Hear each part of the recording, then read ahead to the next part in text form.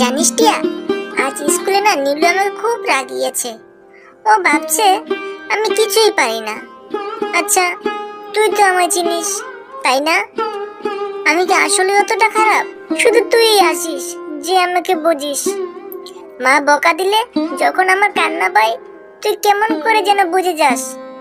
মাঝে মাঝে ভাবি, তোর যদি মানুষের মতো ভাষা থাকতো, তবে কত গল্পই না আমরা করতাম। কাল সকালে তোকে প্রিয় ডালিমটা দিব, দেখিস।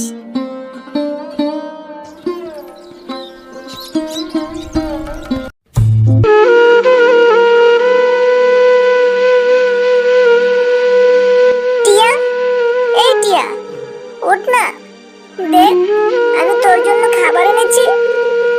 তুই কি এখনো রাগ করে আছিস? কাল যে বললাম নীলু আমাকে রাগিয়েছে, তুই বোধহয় সে দুঃখে আর কথা বলছিস না। তুই এমন কেন করলি?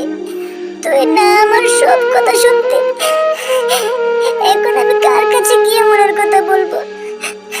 মা যখন বকা দেবে, তখন আমি কার সামনে বসে কাঁদবো? তুই কি জানতিস যে আজ তুই চলে যাবি?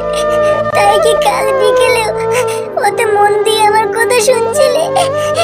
একবার টানা চাপটা না, মাত্র একবার। আমি প্রমিস করছি তোকে আর কখনো কাছেই রাখতাম না, তোকে আকাশে উড়িয়ে দিতাম।